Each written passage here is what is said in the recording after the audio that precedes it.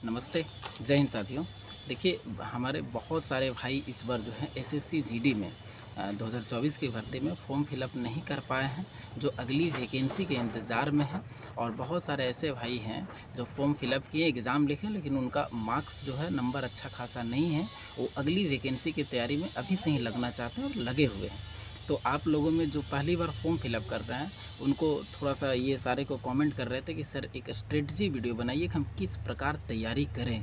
तो मैं आप सभी के कमेंट को देखकर ही मैं ये वीडियो बना रहा हूँ, ताकि आपको ज़रूर हेल्प हो। और मैं एक उम्मीद के साथ ये ज़रूर कह सकूँगा कि अगर ये वीडियो को आप अंत तक देख लिए, तो यकीन मानिए ज़रूर आपके तैयारी में बहुत मदद मिलेगा। और इस वीडियो में हम सारे बिंदुओं पे बात करेंगे। पहला ये कि ये वैकेंसी कब आने वाली है, कितनी वैकेंसी आने वाली है, कब से फॉर्म फिलअप होगा और इसका एग्ज़ाम कब होगा। ये तो जनरल बात है, लेकिन मेन बिंदु हमारा है कि तैयारी कैसे करें। तो चलिए वीडियो को ज़्यादा देर ना करते हुए हम मेन बिंदु पे आते हैं। तो वीडियो को बिना स्किप किए हुए लास्ट तक ज़रूर देखें। तो चलिए वीडियो को स्टार्ट। देखिए, सबसे पहले हम ये बात करेंगे कि ये वैकेंसी कब आने वाली है। देखिए, कुछ जो पहले ही शायद नवंबर 2023 में ही इसका नोटिफिकेशन आ गया था कि अगली वैकेंसी जो है हमारा अगस्त में आने वाला है। तो अगस्त में आपका वैकेंसी आने वाला था और अभी भी वही है। और इसका यानी जो फॉर्म फिलअप का जो डेट था वो 27 अगस्त से 27 सितंबर था। और इसका एग्ज़ाम का डेट था दिसंबर से लेकर जनवरी तक है। लेकिन अभी परसों ही एक नोटिस आया है जिसमें साफ कर दिया गया है कि आपका जो वैकेंसी है उसी डेट को आ रहा है। और फॉर्म फिलअप का भी समय वही है, 27 अगस्त से लेकर 27 सितंबर तक।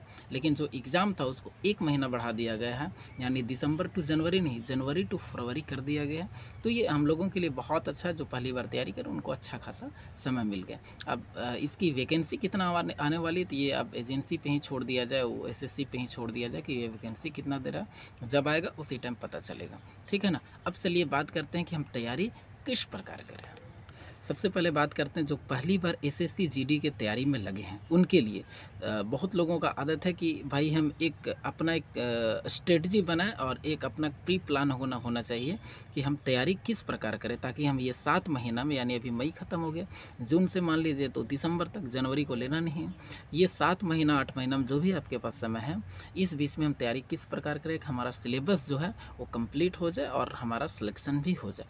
सबसे पहले हम बात करते हैं सिलेबस की। तो एसएससी जीडी का जो सिलेबस है, इसमें 80 क्वेश्चन पूछा जा रहा है, जिसमें से 20 मैथ्स का, 20 रीजनिंग का, 20 जीएस और 20 आपका लैंग्वेज हिंदी या इंग्लिश। और हर एक क्वेश्चन पे 2 मार्क्स है और इसका नेगेटिव मार्किंग है 0.25, यानी एक क्वेश्चन पे समझिए, यानी इसका नेगेटिव मार्किंग बोला जाए तो 1/8 है, ठीक है ना। चूँकि एक क्वेश्चन का मार्क्स 2 है, इसीलिए 1/8 हो रहा है, ठीक है ना। ये आपको जानकारी सीधा-सीधा मैं बता दिया। अब बात करते हैं हम डेली रूटीन क्या बताएँ, कैसे बनाएँ? देखिए, इस पे बहुत सारे लोगों का कन्फ्यूज़न है और जो मैं बताने वाला हूँ इसको शायद आप गौर से सुनिए कि मैं बोलना क्या चाहता हूँ। देखिए, बहुत सारे लोग जो रूटीन बनाते हैं ना अभी जोश में कि हमको जीडी का तैयारी करना है और इस पर निकालना है वैकेंसी, वो क्या करते हैं, देखिए ये पूरा 24 घंटा में ये इस टाइप से बनाते हैं कि मॉर्निंग में 4 बजे उठेंगे, हम 4 से 6 मैथ्स पढ़ेंगे, 6 से 8 ये पढ़ेंगे, बीच में कोई गैपिंग नहीं देते हैं, 5 सेकंड 10 सेकंड या 10 मिनट देते हैं। 10 से 12 हम ये पढ़ेंगे, फिर 1 बजे खाना खाएँगे, 2 से 4 ये पढ़ेंगे, फिर नाइट में ये पढ़ेंगे, फिर 11 बजे सो जाएँ। ऐसी एक स्ट्रेटजी बनाते हैं, ये अपना एक डेली रूटीन होता है। वैसे में क्या होता है, देखिए हमारा बॉडी है, किसी दिन मान लीजिए जो आप रूटीन बनाए 4 से 6, आप मान लीजिए सो रहे हैं और सोए हुए रह गए 5 बजे तक, क्या कीजिएगा फिर? आपका तो रूटीन ख़त्म हो गया। और बॉडी पता है क्या होता है, आदत है, बॉडी जब थक जाता है, ज़रूरी नहीं है कि उसी टाइम को ही वो मैनेज करे। मान लिया जाए आप 4 बजे आपका रूटीन था, 5 बजे सो के उठे। ऐसा लगता है कि अरे यार, आज का एक रूटीन ख़त्म हो गया, अब दूसरा रूटीन से हम पढ़ाई करेंगे जो 6 बजे से हमारा है। और वैसे में लगता है आज का एक रूटीन ख़त्म हो गया तो हम कल से रूटीन फ़ॉलो करें। और यकीन मानिए ये रूटीन किसी का फ़ॉलो नहीं आता। आप इस रूटीन को 4 दिन, 5 दिन, 6 दिन, 10 दिन आप कंटिन्यू कीजिएगा, हमेशा के लिए कंटिन्यू नहीं हो पाता, क्योंकि हमारा बॉडी है, किसी दिन क्या घर पे समस्या होगा, कहीं पे क्या समस्या हो गया, ऐसे चीज़ों पे हम जो है तो अपनी बॉडी के चलते जो है हम हर चीज़ को कंटिन्यू नहीं रख सकते हैं। तो इससे बेटर है, देखिए हम जो बताने वाले हैं और जो अभी मैं बताया जो आप लोग करते हैं, ये दोनों में फ़र्क क्या है। अगर आप एक तरह से रूटीन बनाते हैं कि मुझे पूरा 24 घंटा में 7 घंटा नींद लेना, चूँकि आप जब पढ़ाई करते हैं ना बॉडी थकता है, वैसे में आपको जो है सोना भी है और अच्छा खासा नींद लेना, कम से कम भी 6 से 7 घंटा नींद पूरा लीजिए। अब बात रहता है कि बाकी काम घंटा क्या करें, तो आप रूटीन उस प्रकार नहीं बनाइए, टाइमिंग नहीं बनाइए। आपको सिर्फ टाइमिंग ये देना है कि हम 2 घंटा हमको हिंदी पढ़ना। अब ये कब पढ़ेंगे, हम रात में पढ़ेंगे, दिन में पढ़ेंगे कि कब पढ़ेंगे, ये मुझे पता नहीं। 2 घंटा हिंदी पढ़ना, 2 घंटा जीएस पढ़ना, 2 घंटा रीजनिंग पढ़ना या हिंदी पढ़ना। जो आप स्ट्रेटजी बनाते हैं, ये सिर्फ आप ये तय कीजिए कि हमको कितना घंटा पढ़ना है, यानी एक दिन में हमको पूरे पढ़ाई में 8 घंटा मान लिया जाए समय देना। इसमें हम समय सीमा तय नहीं करेंगे कि हमको इतना बजे से इतना बजे करना। मान लिया जाए हम किसी दिन हमको मन किया रात में नींद नहीं लग रहा, हम 3 बजे से 2 बजे 5 बजे तक मान लिया जाए मैथ पढ़ ली। हमको 5 बजे नींद लगा, हम सो के उठे 8 बजे। हमको मन किया कभी खा लेते हैं, 10 बजे से पढ़ाई करते हैं, 10 से 12 हिंदी पढ़े, 12 से 2 ये पढ़े, फिर मुझे लगा कि नहीं मुझे सोना चाहिए, आप सो गए। आपको सिर्फ इतना तय करना कि 7 घंटा पूरे 24 घंटा मुझे नींद लेना है, 8 घंटा अपने आप को पढ़ाई करना है, चाहे वो 2 घंटा हिंदी का हो, मैथ का, जो आप टाइम टेबल फिक्स करते हैं। इससे क्या होगा कि मान लिया जाए स्ट्रेटजी आपका एकदम 100% ये सफल होगा। क्या होता है कि अगर मान लिया जाए आप इस चीज़ को तय कर लिए हैं कि 8 घंटा को पढ़ाई करना है, सुबह किसी दिन आप 10 बजे सो के उठे हैं, आप 10 बजे से पढ़ाई कीजिए 12 बजे तक, 12 से 2 कीजिए, 2 बजे आपको लगा नींद लग रहा है तो आपका तो समय तय नहीं है, 2 बजे सो जाइए, 4 बजे फिर पढ़ाई कीजिए। रात में जो 11 बजे सोना था अब 2 बजे सोइए और सुबह सो के उठिए 8 बजे। ये दोनों में फ़र्क है।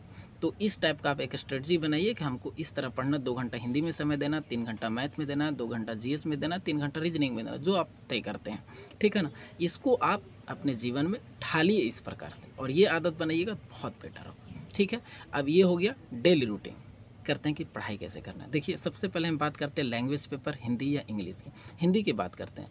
देखिए हिंदी लैंग्वेज से हैं उनको पता है बचपन से व्याकरण, विलोम शब्द, पर्यायवाची शब्द या जितना प्रकार शुद्ध अशुद्ध जितना भी है आप बचपन से पढ़ते हैं। बस फ़र्क इतना है कि इस कंपटीशन में आपको फास्ट करना और थोड़ा डीप लेवल का पूछा जाएगा। इसके लिए आप बेसिक ऑलरेडी पहले से पढ़ चुके हैं, इसलिए मैं कहता हूँ इसमें किसी तरह का आपको टीचर की ज़रूरत नहीं है।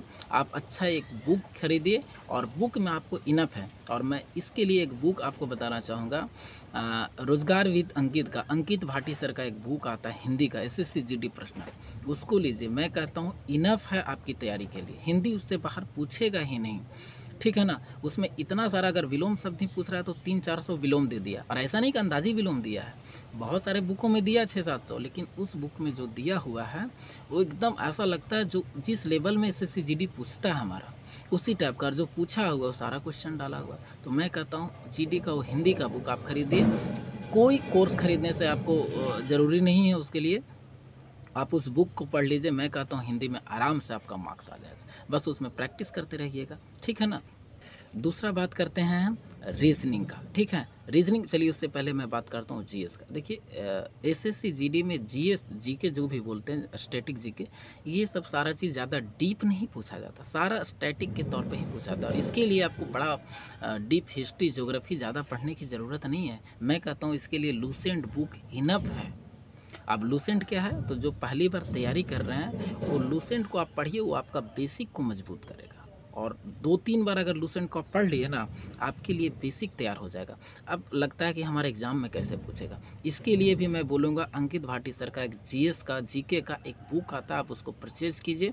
उसमें हिस्ट्री का है, जिसमें से आपका मॉडर्न हिस्ट्री, मिडेवल हिस्ट्री, ये सब सारा चीज़ अलग से दिया हुआ, जिसमें भी मुगल डेंसिटी, ये सारा चीज़ अलग अलग करके दिया हुआ, सबसे 10-20 क्वेश्चन इससे दिया हुआ। आप उसको पढ़ लीजिएगा ना, इनफ है। आप उन सब चक्कर में नहीं रहिए कि हमको बड़ा बुक पढ़ना या कोर्स खरीदना 2 महीना का, 4 महीना का। ये आपका सीजीएल लेवल का एग्ज़ाम नहीं है दोस्त, ठीक है ना। जीडी का है, जीडी के लिए मैं बोला लूसेंट इनफ है। और लूसेंट के तौर पे ही जो भाटी सर का है, अंकित भाटी सर का, वो बुक बनाया गया, बहुत अच्छा बुक है। मैं कहता हूँ जीएस को उसको रगड़ के पढ़िए, इससे ज़्यादा बाहर जा ही नहीं सकता। अब बात करते हैं करंट अफेयर्स का जीएस में। तो करंट अफेयर्स डेली आपको यूट्यूब पे बहुत सारे जो टीचर आपके पसंद है उस टीचर से पढ़िए, चूँकि हमारे लिए पेपर, मैगज़ीन वगैरह रोज़ रोज़ अवेलेबल नहीं हो पाता। जो हम बुक खरीदेंगे उससे बेटर यूट्यूब पे अवेलेबल मिलता है। जो टीचर आपको पसंद है, हर दिन आप 10 मिनट 5 मिनट वीडियो देखिए, नहीं तो सप्ताह में देखिए, इनफ है, ठीक है ना। तो जीएस के लिए और हिंदी के लिए जो मैं बताया ये दोनों बुक से ज़्यादा आपको पढ़ने की ज़रूरत ही नहीं दोस्त। और ज़्यादा आपको पढ़ना तो बोले कि जीएस के लिए आप लूसेंट पढ़िए, बहुत इनफ है, इससे बाहर नहीं जाएगा। मैं जीडी में जितना बार अटेम्प्ट किया हूँ या प्रीवियस क्वेश्चन देखिए, ज़्यादा डीप क्वेश्चन पूछता ही नहीं है। जितना आप लूसेंट में पढ़ते हैं ऐसे पढ़ते बहुत काफ़ी है। और जो मैं बुक बताया अंकित भाटी सर का, उसको पढ़िए, जीके के लिए उससे ज़्यादा जाएगा नहीं। और मैं बता रहा हूँ, कोई कितना भी तेज होगा ना, 20 क्वेश्चन में 20 क्वेश्चन जीके में कभी कर नहीं पाता। 2-4 होते हैं जो रैंकर होते हैं, वो कर लेते हैं। आप कितना भी बढ़िया पढ़ लीजिएगा, 20 में 20 नहीं कर पाइएगा, 17, 18, 19 में अटक जाइएगा। तो इसलिए उसमें आप उसके लिए इनफ है, ठीक है ना। सबसे बड़ा जो बात करते हैं वो रीजनिंग, सबसे बड़ा जो अहम भूमिका निभाता है, क्योंकि ये सिक्योर नंबर देता है हमारा। रीजनिंग के लिए भी हमको लगता है ज़्यादा नहीं, इसमें रीजनिंग में सबसे ज़्यादा आपको ध्यान देना प्रैक्टिस पे। रीजनिंग चाहे क्लॉक हो या फिर आपका डिस्टेंस हो या फिर क्या बोलते हैं, जितना भी मिरर से हो गया या फिर क्या बोलते हैं वाटर इमेज से हो गया, जितना भी तरह का हो गया, ये कोडिंग डिकोडिंग, ये सब सारा जो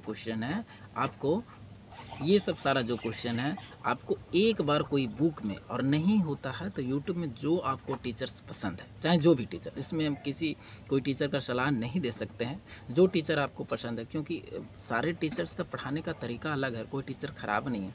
आपको जिनके बारे में लगता है ये अच्छे हैं, जिनके समझाने का तरीका अच्छा है, जिससे आपको समझ में आता है, उस टीचर के बारे में देखिए। और फिर इसमें कोर्स परचेज करने की ज़रूरत नहीं है, उतना वीडियो आपको अवेलेबल यूट्यूब पर मिलेगा। तो आप वैसे टीचर को आप सर्च कीजिए और वहाँ से आप रीजनिंग एक बार पढ़िए, ज़्यादा नहीं, एक बार उसका बेसिक समझ लीजिए। रीजनिंग में भी सिर्फ बेसिक समझना, और बाकी आपको करना क्या है कि आपको सिर्फ और सिर्फ प्रैक्टिस कीजिए। और मैं कहता हूँ पर डे कम से कम 20 से 30 क्वेश्चन, 40 क्वेश्चन प्रैक्टिस कीजिए।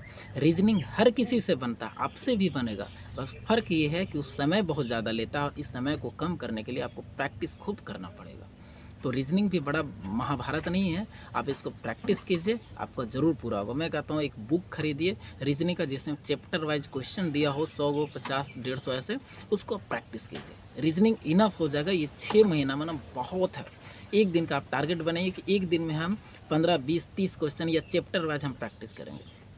जब सारा चैप्टर का कंप्लीट हो जाएगा तो आप कंबाइंड उसको प्रैक्टिस कीजिएगा।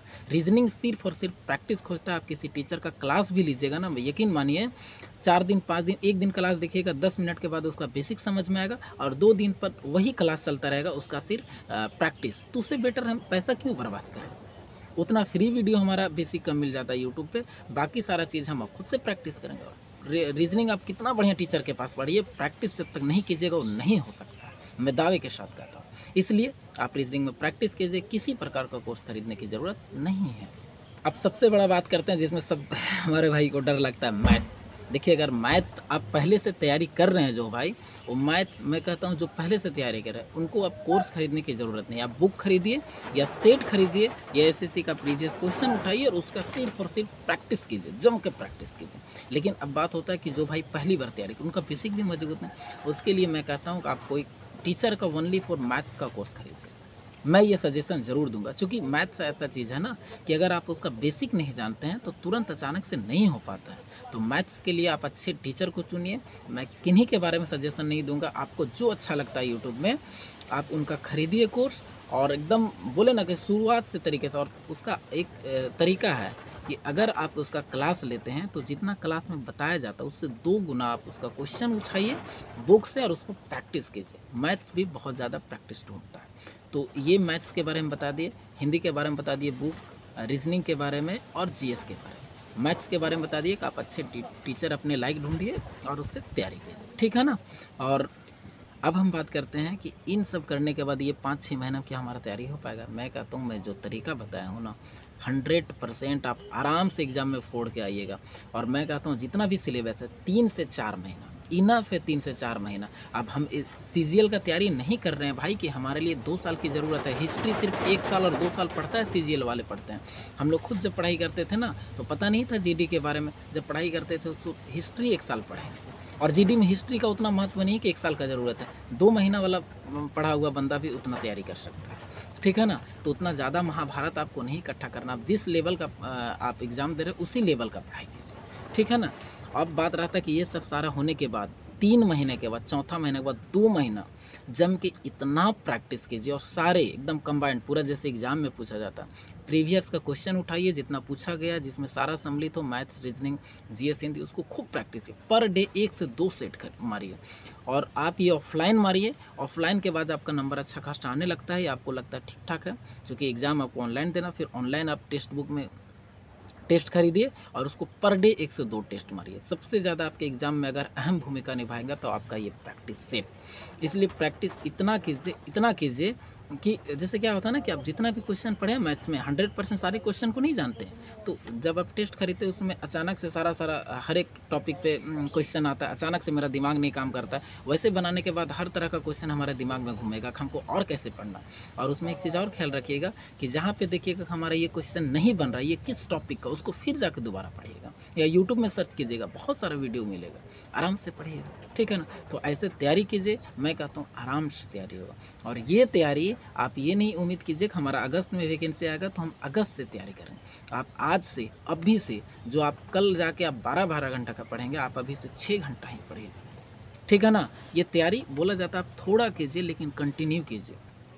पढ़ाई को आप ना 4 घंटा ही पढ़िए लेकिन कंटिन्यू कीजिए। आपके पास अभी 7 महीना समय है ना, आप ज़्यादा नहीं 5 घंटा फिर पर डे समय दीजिएगा ना, बहुत हो जाएगा। इसलिए आप अभी से तैयारी कीजिए। और जो भाई हमारे इस बार एसएससी जीडी में जिनका नंबर कम आया है, वो अपनी कमी को देखिए कि हमसे कहाँ मिस्टेक हुआ है। आप ऑलरेडी बेसिक पढ़ चुके हैं, आपको सिर्फ और सिर्फ प्रैक्टिस करना है या देखना है कि जिस क्वेश्चन में प्रैक्टिस सेट मारने में जिस क्वेश्चन में फंसते हैं वो कौन सा चैप्टर का, उस चैप्टर को दोबारा रिपीट पढ़ना है और आप सिर्फ प्रैक्टिस कीजिए। इनफ है, काफ़ी है। अगली सिलेक्शन आराम से होगा, तो मेरी शुभकामना है।